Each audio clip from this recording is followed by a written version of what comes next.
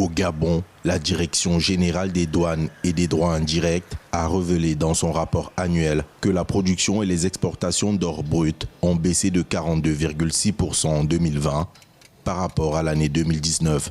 Ces exportations se sont chiffrées à 1,6 milliard de francs CFA contre 2,7 milliards de francs CFA en 2019. Une baisse tributaire selon l'Agence nationale des parcs nationaux de l'exploitation illégale du minerai par les orpailleurs clandestins.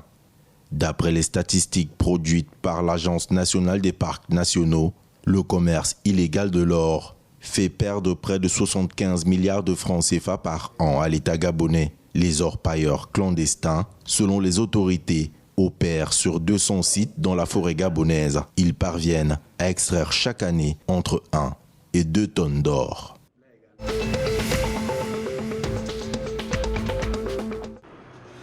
En République démocratique du Congo, la maquette du réaménagement du marché central de Kinshasa a été rendue publique par l'hôtel de ville de la capitale congolaise.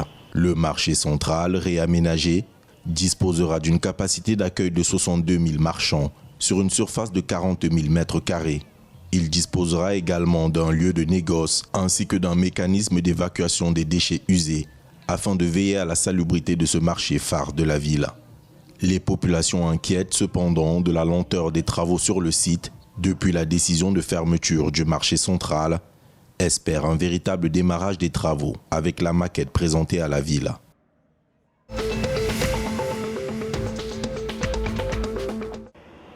En République du Congo, la 5e réunion de la sous-commission technique de vérification de la frontière maritime entre le Congo et l'Angola s'est tenue du 11 au 14 mai 2021 dans la capitale économique Pointe-Noire. C'était en présence des ministres congolais de l'Intérieur et de la décentralisation, Raymond Zéphirin Boulou, et de la Défense nationale, Charles Richard Monjo, et du ministre angolais de la Défense nationale et vétéran de la patrie, Joao Ernesto dos Santos. L'objectif de cette rencontre était l'adoption par les délégations d'une motion de remerciement aux présidents des deux pays pour leur engagement politique en vue de parvenir à une solution pacifique dans la délimitation et la démarcation de leurs frontières communes.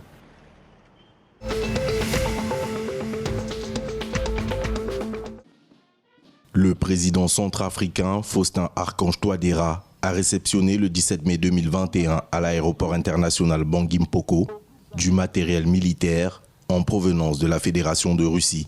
C'était en présence de plusieurs autorités militaires centrafricaines et le cercle diplomatique russe en Centrafrique. Selon le chargé des affaires de la Fédération de Russie en République centrafricaine, Egoni Migonoun, ce don des armes de la Russie à la République centrafricaine s'inscrit dans la ferme volonté du gouvernement de son pays à aider les forces armées centrafricaines à remplir leurs missions régaliennes, qui sont celles de protéger les populations civiles et de garantir l'intégrité du territoire centrafricain.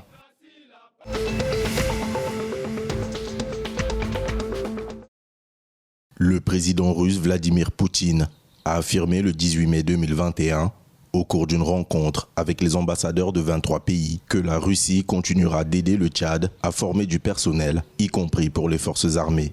Selon le chef d'État russe, le renforcement des liens politiques et économiques entre la Russie et la République du Tchad répond aux intérêts des deux États. Les entreprises russes fournissent des machines, des équipements et d'autres produits industriels nécessaires à la modernisation de l'économie du Tchad.